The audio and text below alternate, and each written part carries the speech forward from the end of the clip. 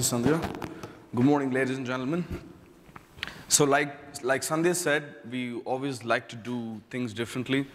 And like we do in the other markets, we thought it's only fair to let you guys know how we function, what do we do, so that you know more on IDE. And if you're looking at other markets, it could be Turkey or Africa or Asia, we are working in these markets as well. So this presentation might help you to understand better on how we function. Now, I'd like to begin this presentation with a question to everybody.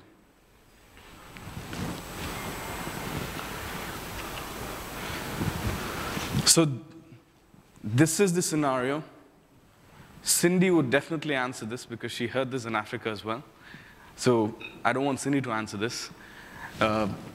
This is a situation. You're put in a room. There are only two doors. There's one exit which has a magnifying glass, the other exit as a dragon. So how would you get out of the room?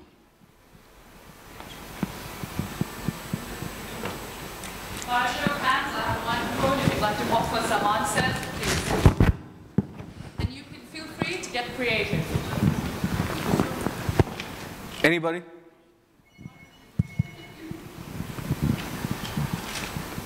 There. He's there.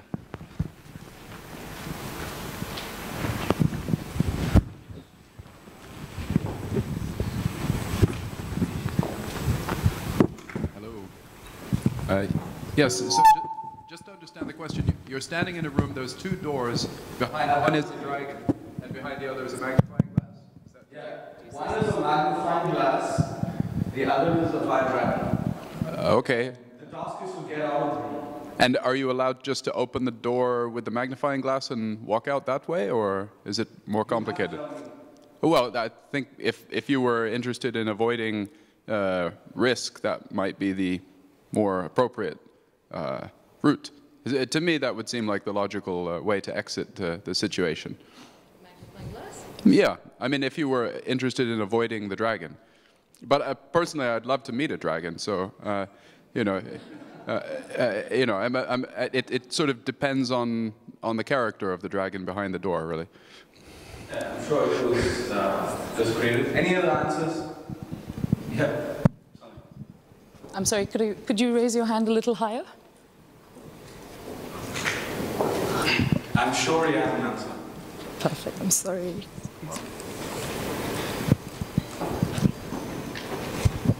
Yeah, there is two doors. One is with the dragon and another one with the magnifying glass.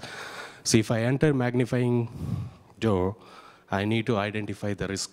I don't know the risk, what is there outside the... You get fried? Because I need to use the magnifying glass to identify what is there. But here I can identify only one dragon is there. So I can, if you have a, you can easily go out if you manage the dragon. But here I can't identify anything because so there are... You manage the dragon? Yeah, of course here, I don't know what is there. Because that's why you are giving magnifying glass. Sun emits the light, and if you enter through that door, you're literally fried. Fried. Yes. So here. It's again, it emits fire also. So you're fried either ways, but there is a way to get out. Okay, so. Thanks. Anyone else? Okay. One's a known dragon, the other one is an unknown dragon.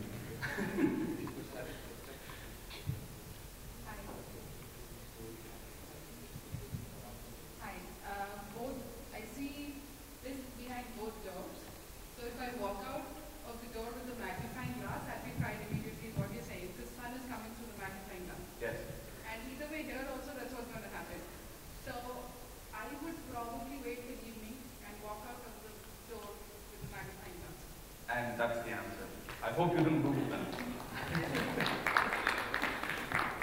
Okay, so Yeah, that's the right answer. So what I was trying to tell is, change is the only constant, and we only regret if we don't take the chances. Another question. When I say Thomas Alva Edison, what comes to your mind?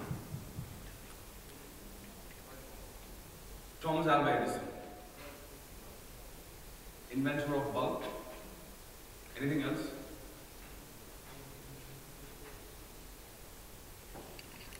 I'll come to that. Now, I will put it in perspective. Maybe it's not connecting right now. When Galileo suggested that Earth revolves around the sun and is spherical, people ridiculed him.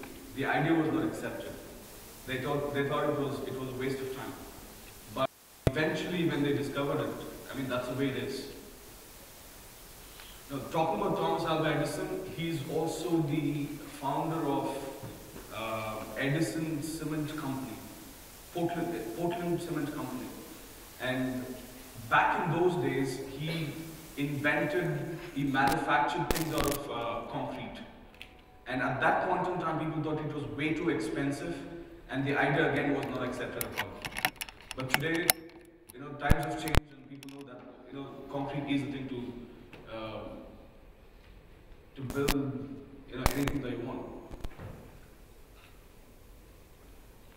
So what I'm trying to tell here is, it's very tough to get away from the conventional way of thinking.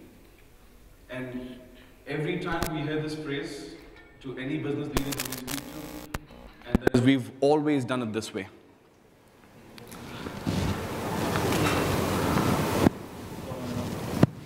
Everyone uses WhatsApp, definitely. And if Yuan Kwon had not come up with that concept, today it connects you from anybody that you want to talk to in any part of the world. If you had not thought out of the box, if you had not come out with WhatsApp, I don't know, we could have still communicated, but again, WhatsApp makes our life easier. And with WhatsApp calling, it's much better now.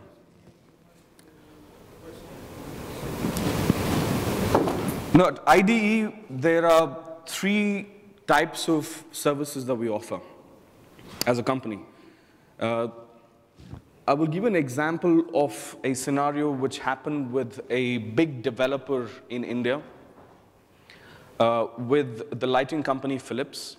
So here, the buyer is the developer, supplier is Philips, and distributor is a company which is supplying for Philips.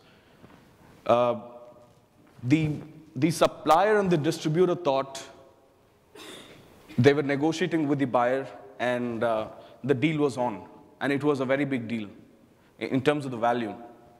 But only after we got involved with the buyer says, I'm not comfortable with certain aspects of the deal. That's when he approaches us. Now we get involved, and I will tell you how we got involved. We give you that value addition, and eventually the deal went through. Now, if we had not got involved, the chances are higher for the deal to not go through. Now, this is the B2B consulting services that we offer. IDE as a company, we are also a procurement consulting firm. As we speak, we are assisting some of the projects in different parts of the world in identifying the owner or an architect or a consultant to find products from different parts of the world at a pricing that they're looking at, the quality they're looking at. So IDE gets involved, make things happen. Just to give you an example, in India there is a developer by the name Prestige, and they had a requirement of about 10,000 doors for one of the projects. And if we had not gotten involved, in that particular scenario, he might have bought the door from a local manufacturer in India at a price of 30% higher than what he would have paid. So, as IDE, since we work in different markets, we're able to identify door, find you go to this country, you get it at a better price and a better quality, and he was able to save 30% of the money. That's our procurement consulting division. B2B summits, that's exactly where you guys are sitting. We bring in the buyers and the suppliers together and make the face-to-face meetings happen. And I'm sure everybody has gone through the process of receiving the list, identifying who are the buyers that you would like to meet with, and the supplier is done, and the buyer has chosen which suppliers they would like to meet with. So we try to bring in aboard the perfect meeting. If you have a certain product line, and we only match it with that particular buyer who's interested in your product line. Now, how do we make this happen? How does all of these meetings happen? How do we get to the right buyer? How do we get to the right supplier? It's like this. First, when we identify a market and we know there are projects happening in the region, once we identify through research, then the potential buyer is contacted by us. Then the buyer fills out a questionnaire. He gives us all the details on the projects, what stage it is in, what are their requirements, what budgets do they have, every detail that will help a supplier to have a meaningful meeting with them when they meet at the summits. Now, this is how a questionnaire would look like, just in case if anybody has not seen it. The first page gives you the description on the project name, type, status, what location it is, estimated completion, who's the owner, who's the specifier, who's the consultant. This page gives access to the top requirements.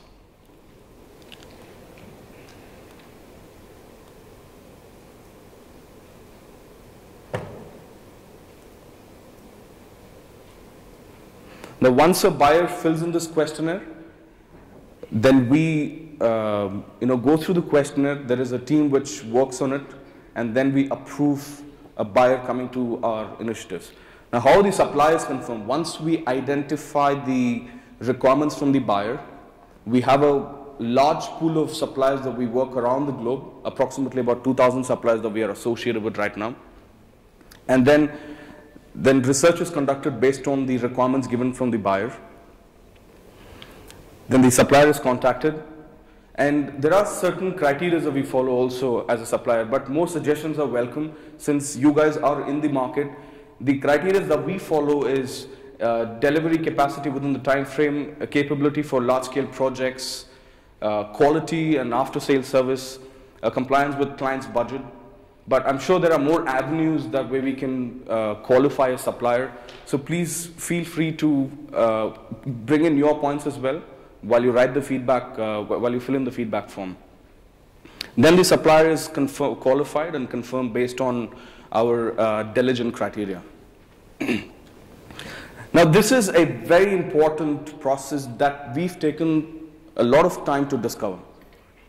Particularly in the industry that we operate in, people usually think IDE is an event management company, but we're totally not.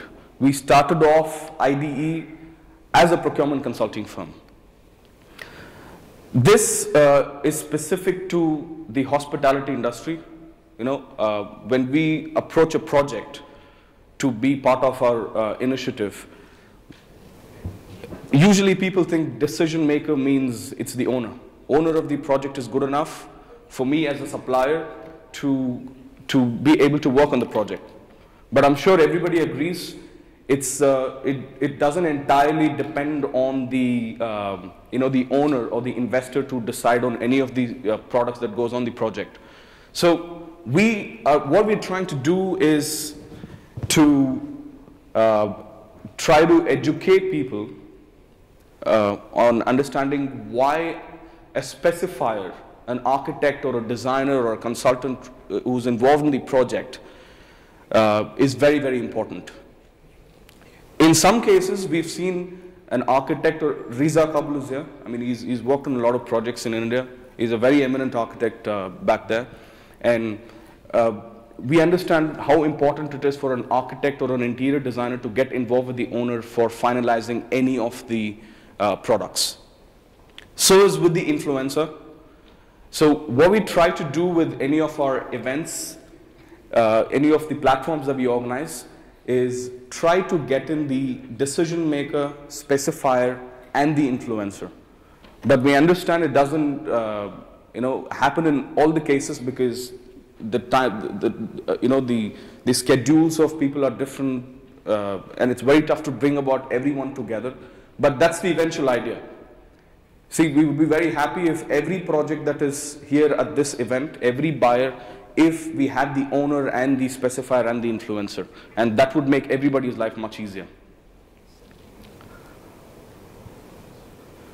So some of the buyer profiles, we operate in different verticals. We have specific initiatives happening only for hospitality, where we work on all the major hotel projects across different parts of the world. Then we have residential projects, and then we have commercial projects. So as of now, IDE, so far we've been doing 3 different type of platforms. One is the design mission, which gets in projects from the hospitality, residential, and the commercial segment. That's what is here right now.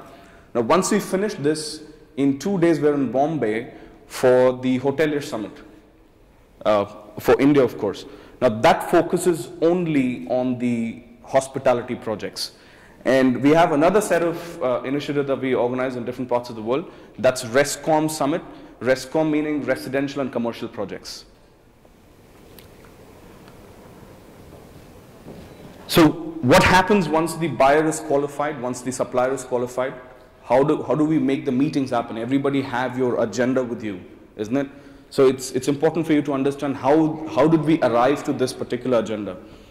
So once we qualify the buyer, once he's confirmed on board, then the buyer receives the list of suppliers with a complete description that we take from every supplier. And that's why we chase for your logos, your company's profile, etc., etc.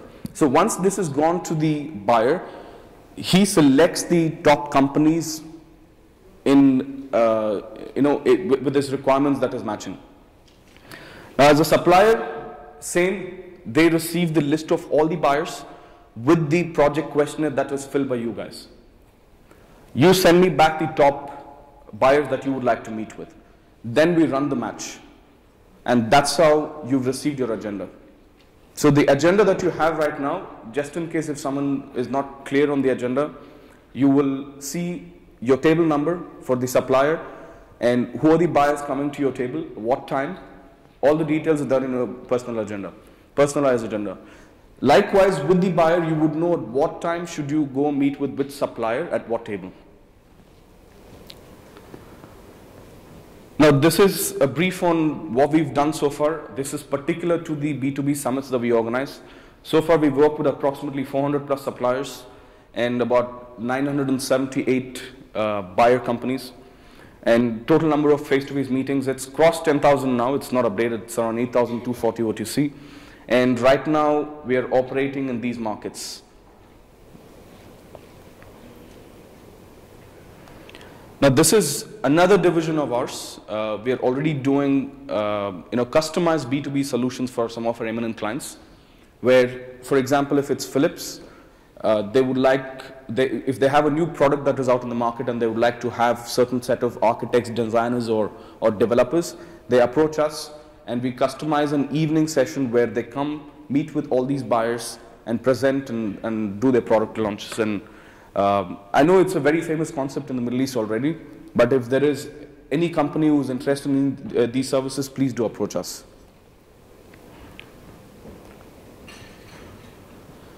Now, this is a very interesting picture. We thought it would be nice if we add this on the presentation.